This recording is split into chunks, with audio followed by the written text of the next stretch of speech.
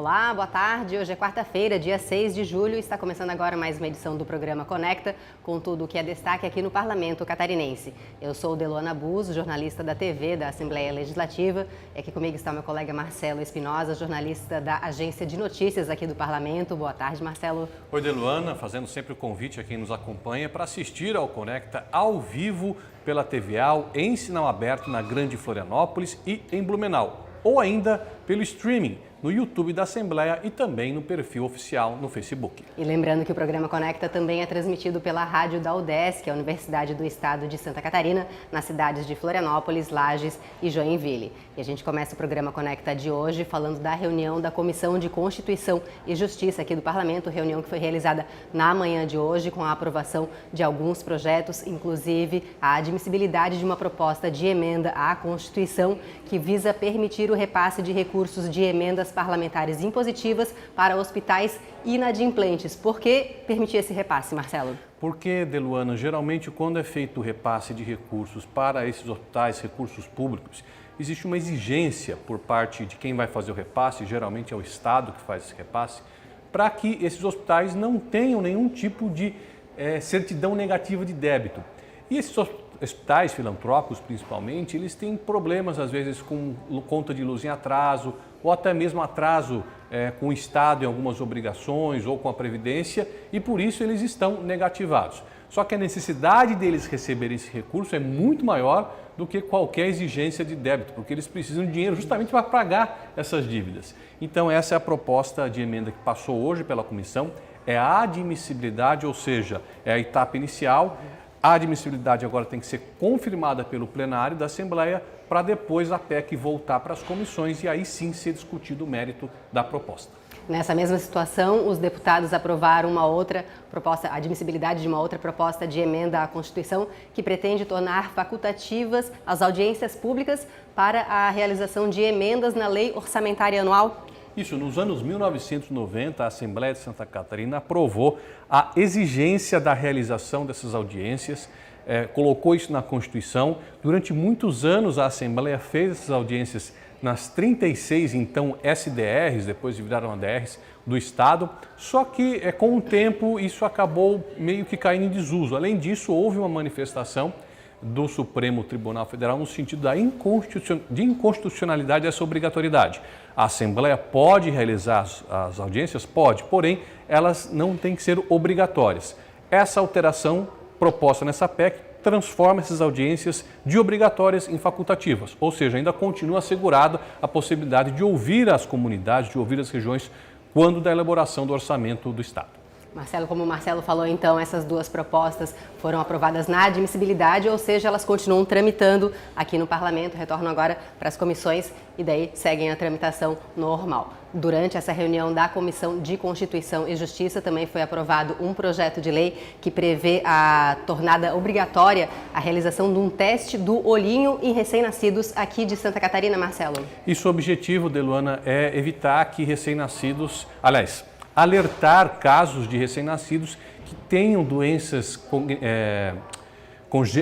doenças já pré-existentes, no caso, principalmente aquelas relacionadas ao olho, a problemas de visão, e entrar já de imediato com um tratamento preventivo, ou seja, assim que a criança nasce, você faz esse teste, descobre, por exemplo, se ela tem a retinoblastoma, a catarata congênita, o glaucoma congênito, ou entre outras doenças congênitas que afetam a visão, e já se pode iniciar um tratamento. Esse projeto passou pela Comissão de Finanças, vai agora para a Comissão de Finanças e Tributação, passou na CCJ, projeto de lei esse que está em tramitação aqui na Casa. Então, esse projeto aprovado então na Comissão de Constituição e Justiça e na tarde de ontem a gente teve uma reunião da Comissão de Educação aqui do Parlamento também com a análise de alguns projetos, inclusive um deles que obriga o submeter ao Conselho Deliberativo e às associações de pais e professores toda vez que o governo do estado resolver fazer um projeto de ampliação ou reforma nas escolas estaduais, Marcelo. O que acontece? Esses projetos geralmente são feitos pelos técnicos ou da Gerência Regional de Ensino ou da Secretaria de Estado de Educação e O objetivo do projeto é fazer com que, ao elaborar esses projetos, antes de eles serem aprovados e serem colocados em prática, ou seja, se iniciar a reforma, a ampliação ou mesmo a construção, que a comunidade seja ouvida, para saber se esse projeto de fato atende às necessidades daquela comunidade escolar, dos pais, dos alunos, dos professores, dos funcionários das escolas. Esse projeto passou pela Comissão de Educação e já está pronto para ser analisado, votado aqui no plenário. Outro projeto que foi aprovado durante essa reunião da Comissão de Educação busca obrigar o governo do estado a verificar se alguns alunos têm doenças como diabetes ou intolerância à lactose, doença celíaca, para que seja adequado o cardápio da merenda nas escolas? Isso, são situações que os adultos têm mais familiaridade, né? Aquela intolerância ao glúten, à lactose, e essa proposta faz com que isso já seja identificado já na escola, para que, como disse a Deluana, esses alunos possam ter acesso a uma alimentação escolar, a uma merenda diferenciada, sem que isso prejudique a saúde deles. O projeto também está pronto para ser votado aqui em plenário. Isso na reunião de Comissão de Educação, que foi realizada ontem, e hoje a gente teve reunião da Comissão de Saúde, também com a análise de vários projetos, inclusive um deles que busca incluir no rol de deficiências as pessoas com fissura lábio-palatina, Marcelo. É um projeto que amplia o rol de pessoas com deficiência, no sentido de que pessoas que têm fissura lábio-palatina ou anomalias crânio-faciais, que essas pessoas tenham o mesmo acesso aos direitos, benefícios que já são garantidos pela legislação estadual às pessoas com deficiência. Já existe uma legislação estadual consolidada aqui em Santa Catarina, focada nos direitos às pessoas com deficiência. Se esse projeto for aprovado, essas pessoas que têm a fissura lábio-palatina ou então que têm algum tipo de anomalia crânio-facial passariam a ter direito a esses mesmos direitos, com perdão da redundância. O projeto agora segue para análise da Comissão de Defesa dos Direitos da Pessoa com Deficiência. Lembrando sempre que a gente faz a cobertura dessas reuniões das comissões. As reportagens ficam disponíveis na nossa agência de notícias, no endereço www.alesc.sc.gov.br, também no nosso YouTube. Basta procurar por Assembleia SC. E agora a gente conversa sobre as redes sociais aqui da Assembleia Legislativa, que também sempre traz as novidades aqui do Parlamento. E hoje a gente recebe o nosso colega Tiago da Luz, que já está aqui com a gente. Boa tarde, Tiago. Olá, Delu. Olá, Marcelo. Olá, você que está conectado com a gente. Bem, hoje o destaque das redes é sobre uma lei aprovada aqui na Alesc, já sancionada, que dá prioridade no atendimento à pessoa com deficiência para atualização de laudos médicos nos estabelecimentos de saúde públicos ou privados credenciados no SUS. Conforme o texto da lei, o agendamento para essa atualização ele deve estar disponível preferencialmente por telefone ou pela internet. Você pode chegar lá no nosso Instagram, que é o @AssembleiaSC, e conferir essa lei, né, já aprovada e sancionada aqui na Assembleia. Eu volto com vocês, por hoje é isso. Ok, muito obrigada, Tiago. A gente conversou então com o Tiago da Luz, falando das redes sociais aqui da Assembleia Legislativa.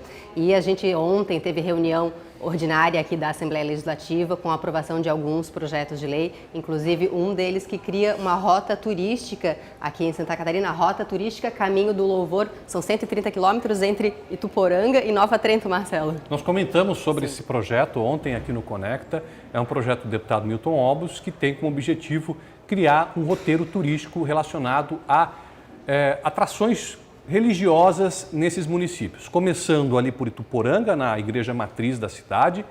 Ituporanga fica no Alto Vale, passando por Vidal Ramos, Leoberto Leal, terminando em Nova Trento, que já fica na Grande Florianópolis, onde nós temos o Santuário Madre Paulina. Como a Deluana disse, são 130 quilômetros de extensão, só que além desses atrativos turísticos, também estão inseridos nesse roteiro atrações naturais, né? Paisagens naturais, trilhas, estradas antigas ali que contam muito da ocupação, da colonização desses municípios. O projeto passou pelo plenário, aprovado por unanimidade. Hoje, na sessão ordinária, terá a votação da redação final, que é aquela formalidade, e aí ele segue para análise do governador. Para sancionar, então, e ser transformada em lei. A nossa reportagem conversou com o autor dessa proposta, o deputado Milton Obos. Acompanhe agora as palavras dele. Isso na intenção de fomentar né, o turismo religioso, que é tão importante no mundo inteiro, que cresce muito no Brasil, e esse investimento feito na cidade de Ituporanga só vai potencializar também os destinos turísticos religiosos para Santa Catarina, porque o Santuário de Madre Paulina já é consolidado, né, perante todos, e com certeza essa ligação entre os dois vai trazer muitos frutos para Santa Catarina. Esse foi então o deputado Milton Obos falando sobre esse projeto de lei que cria essa rota turística Caminhos do Louvor aqui em Santa Catarina. E hoje a gente teve uma reunião também da Comissão de Segurança Pública aqui no Parlamento, onde ficou definido a realização futura de uma audiência pública sobre motoristas de aplicativo. Terminou há pouco essa reunião, quem estava assistindo a TVA pode acompanhar a aprovação dessa audiência pública a pedido do deputado Mauro de Nadal, no sentido de discutir a questão da regulamentação, segurança e dos impostos que estão relacionados com os motoristas que trabalham por aqueles aplicativos de transporte, Uber, 99, que são os mais conhecidos e os mais utilizados. A audiência ainda terá uma data e um horário ainda definidos. Tivemos também alguns projetos de Luana, a gente pode falar aqui rapidamente. Um deles, um de destaque, é o do deputado Valdir Cobalcini, que trata do projeto da política estadual de combate ao abigeato e crimes rurais. O que é o abigeato? É o roubo, furto de gado. É uma prática que às vezes atinge aí as propriedades rurais. E como a zona rural não tem o mesmo patrulhamento policial que tem, por exemplo, a área urbana, esse projeto cria esta política estadual, e essa política com o intuito de não só coibir os furtos de gado, roubo e furto de gado, mas também outros crimes relacionados à zona rural. Esse projeto agora vai para a Comissão de Segurança. Tivemos outros projetos também que a gente vai destacar nas próximas edições do Conecta. Perfeito, Marcelo. Lembrando então que hoje à tarde tem sessão ordinária aqui no Parlamento, a partir das 16 horas tem ordem do dia, e na noite de hoje a gente tem uma sessão especial em homenagem aos 60 anos de regulamentação da psicologia aqui no Brasil. Na realidade é um ato parlamentar solene, né? Só para explicar para o nosso, quem está nos acompanhando, tem uma diferença. A sessão, ela geralmente é feita aqui no plenário, e o ato é mais algo restrito ao mandato de um deputado. Vai ser uma homenagem aos 60 anos da regulamentação da psicologia no Brasil. Esse ato acontece a partir das 7 da noite no plenarinho do deputado Paulo Stuart Wright. Isso então, o programa Conecta vai ficando por aqui, reforçando que todos esses assuntos que a gente aborda estão disponíveis na Agência de Notícias do Parlamento, basta procurar por www.alesc.sc.gov.br, também nas nossas redes sociais e no nosso canal no YouTube, Assembleia SC. E você pode seguir a Assembleia Legislativa nas redes sociais, Facebook, Instagram, YouTube e Twitter, @Assembleia SC. Obrigada pela audiência e uma boa tarde para todos.